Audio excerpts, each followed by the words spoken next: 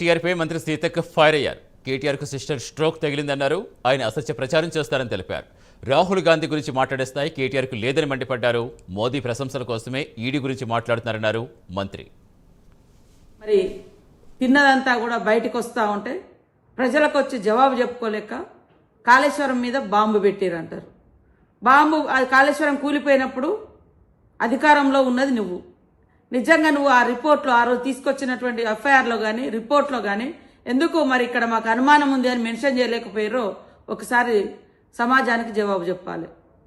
అదేవిధంగా ఇవాళ ఈడీ భారత నీతిని ప్రదర్శించలేనటువంటి మోడీ ట్రంప్ నీతితో ముందుకెళ్తూ మరి భారతదేశ ఔన్నత్యం కోసం భారతదేశ ప్రజల కోసం మాట్లాడుతున్నటువంటి రాహుల్ గాంధీ మీద కక్షగట్టి ఈడీని ప్రయోగించి ఇవాళ ఏదేదో కుట్రలు చేస్తుంటే మరి మోడీ దగ్గర ప్రశంసల కోసం ఇవాళ సిస్టర్ స్ట్రోక్తో బాధపడుతున్న కేటీఆర్ గారు మా రాహుల్ గాంధీ గారిని, సోనియమ్మను, సీఎం రేవంత్ రెడ్డి గారిని కూడా మరి రకరకాలుగా మాట్లాడుతూ శునకానందం పొందుతూ ఉన్నారు.